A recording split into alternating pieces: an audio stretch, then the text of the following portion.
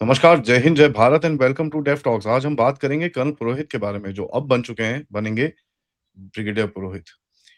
17 साल की कहानी 17 साल की कहानी मतलब ऐसी है कि रोंगटे खड़े हो जाएँ सुन के ही, बाकी तो छोड़ दीजिए। ऐसी कहानी किसी के साथ अगर होती है तो उसको उसको क्या पूरे देश को याद रह जाती है। एंड एक आर्मी ऑफिसर के साथ जिस तरह से व्यवहार किया गया, उसके बाद तो काफ़ी चीज़ें बदल गईं। आज इंडियन आर्मी ने उनको रिकॉग्नाइज़ करा है, पिछले साल कर्नल का रैंक दिया लेफ्टिनेंट कर्नल से and now he is become a brigadier and ये भी बोला गया है कि भैया he is now open for his next board also. How times change. बात करते हैं पति की प्राइस से। नमस्कार। नमस्कार आदि भाई। ये जो धुरंधर मूवी जब आई तो इसके ऊपर बहुत चर्चा हुई कि अक्रॉस द बॉर्डर इंडिया के जितने सारे एजेंसीज के लोग हैं किस तरह के वो सैक्रिफाइस करते हैं and their hard work, their tireless work. लेकिन इस देश के अंदर भी ऐसे लोग थे जिनके साथ शायद वही ट्रीटमेंट हुआ जो धुरंधर में जसकीरत सिंह रंगी के साथ हो रहा था when he was caught by ISI at the fag end of the film. देखिए, लेफ्टिनेंट कर्नल पुरोहित अभी जो कर्नल है और वो ब्रिगेडियर बनने वाले हैं बहुत जल्दी, and congratulations to him for that. वो कोई पॉलिटिकल फिगर नहीं था, he was from the army. और उनके ऊपर जब ये एलिगेशंस लगाई गई मालेगांव ब्लास्ट की, फ्रॉम एन अननोन, एक ऑर्गेनाइजेशन जिसका कोई रेलेवेंस ही नहीं है, अभिनव भारत करके, all through that phase of 9 years of his incarceration, 9 साल जब वो जेल में थे, throughout those 9 years and after that, army continuously supported him. ये ध्यान रखना सबको जरूरी है। Army continuously supported him. Army ने कभी उनको सस्पेंड नहीं किया। Army continuously paid him his salaries. Army stood by his family. और उनको जब बेल मिला था, he was taken from that place in an army convoy and he was taken back to his own unit. That shows that all through army had faith on this man. Now, if army had faith on this man, that means somebody did something wrong to this man. 26/11 वाला investigation हुआ, what lot of things happened in 26/11। बहुत लोगों को they got honored because they got killed, और उसमें कोई problem नहीं। But who are the people who incarcerated, planned माफिक इसको इनकार्सरेट किया आर्मी को डिमोटिवेट करने के लिए, आर्मी के ऊपर उंगली उठाने के लिए? Who are those people? Has that investigation reached a closure? इनकी acquittal itself is not a closure of the case. That investigation I think it's still incomplete. एक तो there is one aspect of the 26/11 terror attack case जहां पे there is a grapevine की जितने terrorist मारे गए उनके साथ कुछ और भी थे, and those are not from across the border possibly. ऐसा नहीं कि सिर्फ फोन पे वो लोग सैटेलाइट फोन से इंस्ट्रक्शन दे रहे थे, their handlers, their mentors here. Then there is an issue of David Headley. फिर उस टाइम जो उसके बाद जो फेक करेंसी वाला इशू था, उसमें क्या रवैया था of the government of that time, और किस तरह से फेक करेंसी आ रहा था वहां वहां उस तरफ से, विच वॉज इन टर्न सिर्फ इकोनॉमिक प्रॉब्लम नहीं कर रहा था इंडिया के लिए, that was funding terrorism as well. वो तो एक और इशू है। The biggest issue is who is behind all of this. क्या उसको, उस चीज को डिस्क्रीटली सीक्रेटली हैंडल किया जा रहा है, या फिर should it come forward, should it come into the limelight? और आर्मी ऐसे ही किसी को, in fact colonel Purohit was supposed to retire last year, so he went to the armed forces tribunal, I think, and he appealed for it. He was granted uh, the right to promotion। फिर इसके बाद brigadier हुआ, जैसे आपने कहा कि is open for appealing for the next promotion as well। that means ऐसे ही कोई ब्रिगेडियर नहीं बनते। इंडियन आर्मी 1.2 million strong है, you would have not more than 1200 to 1300 brigadier at any point of time. तो 1200-1300 brigadier in a 1.2 million strong army अगर है, and if lieutenant colonel, now colonel and soon to be brigadier, उनको अगर brigadier rank दिया जा रहा है, that means he is very important for the army. That means he has done something very important for the army. और उसने अगर, if he was into an operation where he had to take a different role for finding out something, वहां किसी को पकड़ के उसको पकड़ के फिर it's almost like Lyari gang में जसकिरत सिंह रंगी गई, that means he is part of Rahman डकैत गैंग, तो उसको यहाँ पे सजा दे दो। It's almost like that.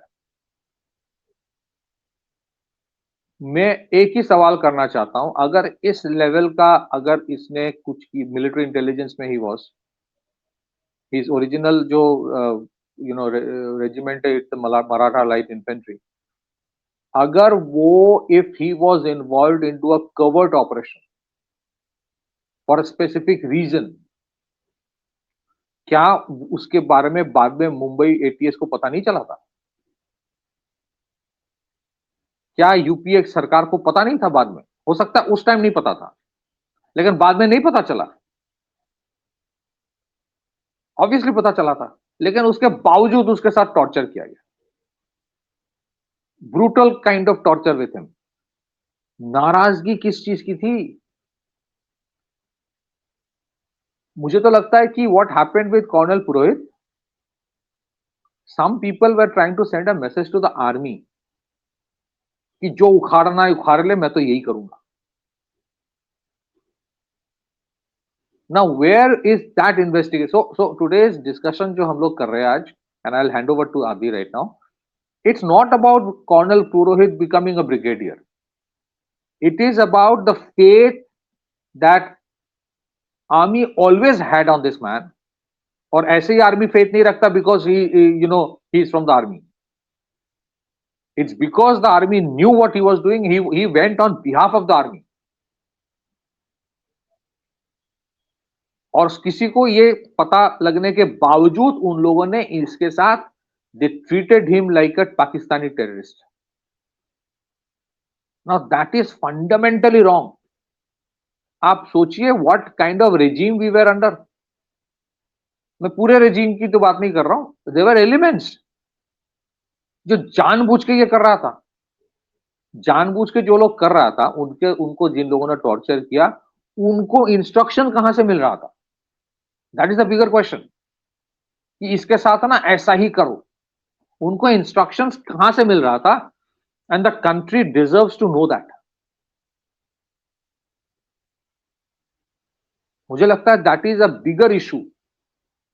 मुझे लगता है कि I am not a film director, मैं तो फिल्मों के साथ मेरा कोई नाता ही नहीं है, बट अगर धुरंधर जैसी मूवी बनती है, there should be a movie on this person as well, not because of Colonel Purohit, but because of what happened behind the scene. People want to know that. People of India deserve to know that. ये हमारे देश के अंदर जितने रहमान डकैत है, वो उनका क्या? उनको भी तो सामने रखना है ना। या हमारे देश में जैसे असलम चौधरी है, उनको भी तो सामने रखना पड़ेगा। ये तो अदरवाइज where कल को कोई और आए तो फिर तो they will be repeating the same thing, specially even when you are part of the army. आपके साथ अगर आर्मी में रहते हुए ये सब हो रहा है, इमेजिन यार आम इंसान क्या करेगा फिर? The army showed lot of patience. Army silently kept on supporting his family. Army supported him in his legal battle. Army had its own limitations. Unless the trial was over, army could not just conclude anything, क्योंकि army को पता था, लेकिन फिर भी that whole process had to go through. वो सही है कि गलत है, that is subject to debate. A stronger general would have come and say, he is my chap, he went because we sent him, release him. That did not happen. Maybe that has been said behind the closed doors, but openly नहीं बोला गया. For whatever reason, I am not here to judge the army. I have the highest respect for the army. But something happened that was fundamentally wrong. जब तक वो investigation नहीं होगा, तब तक this whole saga of what was happening in India, a series of terror attacks that finally led to 26/11, उसमें सिर्फ Pakistan responsible है, उसको बोल के that is true, but उसका closure वहीं पे नहीं होता है. Why was the police torturing him even after knowing that he is from military intelligence? इसका जवाब कौन देगा? Somebody has to respond to that. अब ये कोई बोले कि नहीं नहीं Hemant Karkare who was the ATS chief, वो उनकी तो देहांत हो गई, अब कौन बोलेगा? ऐसा नहीं है. These are institutions. Hemant Karkare was an individual. He was not an institution. The institution has to respond. The institution means Maharashtra police of that time. या फिर उस टाइम जो होम मिनिस्टर था इंडिया का, या फिर उस टाइम जो एनआईए लीड कर रहा था, they have to answer. I'm saying certain things very harsh, but somebody has to say this. That debate is important. Back to you, Adil. Yeah, see, the main question here is, आप देखो इसको, the way that the whole case was handled, ठीक है, just look at that and you will realize that ये क्या हो रहा है. तुमने बेसिकली एक नैरेटिव बनाना था 26/11 के आसपास भी वही चीज हुआ. वो नैरेटिव के चक्कर में आपने एक किसी को धो दिया, and not just him, Sadhvi Pragya, ये वो काफी सारे लोग धुले इसमें. TSD गॉट हिट, बहुत सारी चीजें हुई एक साथ, and this was a quite extreme sustained blow on India की इंटेलिजेंस सर्विसेज. ठीक है, और ये पहली बारी.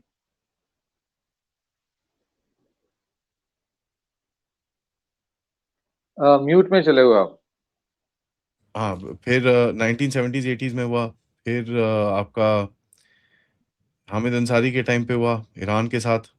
उसके बाद आपका कितने सारे इंसिडेंट्स ये बैक टू बैक हुए हैं, जहां पर आपकी इंटेलिजेंस एजेंसीज को जिस तरह से रौंदा गया जमीन के अंदर. जो भी वो एसेट्स बिल्ड करते थे, कोई लीक कर देता था. इंटेलिजेंस ऑपरेशन करने के लिए एक कर्नल को उठा के अंदर डाल दिया. Now you can imagine what, I mean, what kind of a message it sent to the armed forces कि साहब, don't take any risk, don't rock the boat, जो बोला जाए वो करो, और that is just about it. उसके आगे ना आपकी तनख्वाह है, ना आपकी औकात है. That is the message that went. Now with that also, the armed forces still was standing, still was recruiting, still was doing its job. The vindication is not just Colonel Purohit, it's the entire Fauj, the entire Fauj. अच्छा, ये जो हुआ था ना, ये इशरात जहान case जो था, that time the agencies played a tremendous role in terms of neutralizing that module before they could do what they went to do or what they set out to do in Gujarat. क्या colonel पुरोहित का इनकार्सरेशन, क्या colonel पुरोहित को जिस तरह से brutally torture किया गया था, was that a revenge? Was that a revenge? और इसमें things are, in fact, things are very very dicey. और मैं ये नहीं बोलूंगा, I must say this, whether it is the intelligence bureau, whether it was RAW, whether it was NIA, इनके लोगों को पता था, and I think they knew. ऐसा नहीं कि सबने मुकर गए, but there was somebody who was so powerful, जो सबको रोक के रखा था. और मुझे लगता है कहीं ना कहीं if India has to become genuinely resilient economy, resilient country. हम लोग जो रेसिलियंस की बात आजकल, रेसिलियंट सप्लाई चेन की बात हर कोई करता है बिकॉज ऑफ ग्लोबल डिसरप्शंस। तो रेसिलियंट इकोनॉमी बनने के लिए your institutions have to be such कि कोई आ जाए, कोई पॉलिटिकल एस्टैब्लिशमेंट आए, ये कोर चीजों में उसका भी उनका भी कोई हाथ ना रहे। They should not be allowed to interfere और manhandle anybody. In fact sometime ये बोला जाता है ना कि सीआईए जो है अमेरिका के, भले है बुरे है वो अलग चीज है, but it is an efficient organisation. वो देश के लिए, अपने देश के लिए कर रहा है, whether we agree to that और not, it's a different thing.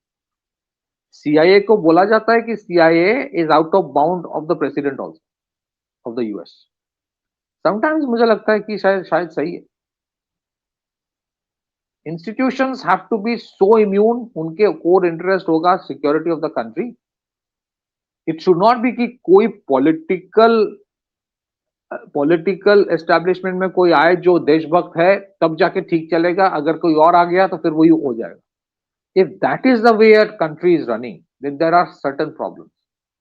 और मैं उस दिन भी हम लोग बात कर रहे थे कि issue is not about whether a particular party, अभी जो इलेक्शंस जितने 3-4 स्टेट में हो रहा है, ऐसा नहीं है कि एक पर्टिकुलर पार्टी आएगा तो सब ठीक हो जाएगा और दूसरा आ गया तो बर्बाद हो जाएगा, बहुत बड़ी नेशनल सिक्योरिटी इशू होगा। ये वाले इशू में ही प्रॉब्लम है। सो आई थिंक रिफॉर्म्स जरूरी है, और इसके ऊपर एक रिपोर्ट निकलना जरूरी है कि who were behind this. Army के किसी को अगर कोई, if they have been acquitted, और आर्मी, ये I am only talking about colonel Purohit, और मैं किसी और का नाम ले ही नहीं रहा हूं, simply because Colonel Purohit did not belong to any political party. So there was no political vendetta. He was from army. And this issue should not end here. The issue does not reach a closure merely by he becoming the brigadier. The issue will reach closure only when it is exposed कि ये जानते हुए भी कि he is from army, ये जानते हुए भी कि ही वॉज अंडर कवर, ये जानते हुए कि he was doing something to uncover something, किसी ने उसको एक्सपोज किया, किसी ने उसको अरेस्ट किया, किसी ने उसी को एक्यूज करके उसको कन्विक्ट करने की कोशिश की, और उसके बाद 26/11 टेरर अटैक होता है जहां पे ये जो लाल धागा पहन के आते हैं just to show as if first round of जो स्टेटमेंट्स आ रहा था कि अरे ये तो कोई हिंदू टेरर ग्रुप है साउथ इंडिया से, ऐसा एक नैरेटिव चलने की कोशिश किया गया था। उसमें भी एक नॉर्थ साउथ डिवाइड करने की कोशिश की थी। ये तो अजमल कसब को पकड़ा गया बिकॉज ऑफ तुकाराम ओमले, तो सब कुछ मतलब ऑल गॉट एक्सपोज, अदरवाइज तो प्लान डेंजरस था। It started from colonel Purohit, Sadhvi Pragya Thakur, and last में जाके हाथ में हिंदुओं का धागा पहन के कोई टेरर अटैक कर रहा है। सो द हिंदू टेरर वो वाला एकदम फाइनलाइज्ड हो जाता, उसमें ये दिखाने की भी कोशिश की जाती कि हिंदू जो टेरर है ना, उसमें आर्मी भी इन्वॉल्व है। So it was a sinister plan, और इसमें अभी तक पता नहीं क्यों इसके ऊपर वो एक्सपोजर नहीं हो रहा है। That has to happen someday. Back to Adi भाई, I just had to say this much. Yep, I mean, let's hope something good comes out of it. That's all. Uh, Lessons need to be learnt, and Colonel Purohit, and of course, I mean, there is this. जितना इसके बारे में बोलो, it's pretty less. But any case, this thing I have always found myself to be at a very difficult. I don't normally find myself to be without something to say. In this, it just shuts me up. मेरे को कुछ बोलने को नहीं होता इसमें. But in any case, Chaliye, thanks for that, and God bless to the colonel and of course everybody associated with him. लंबी लड़ाई है. They've come to a certain point, and I hope they win. सबसे request है, video को like करिए, subscribe करिए, and share this with your friends and families. And of course, if you can support the channel, please do that. Check out the description. Check out our store. New designs of some shirts and everything. So check it out. If you like them, please buy them. Namaskar. Jai Hind. Jai Bharat.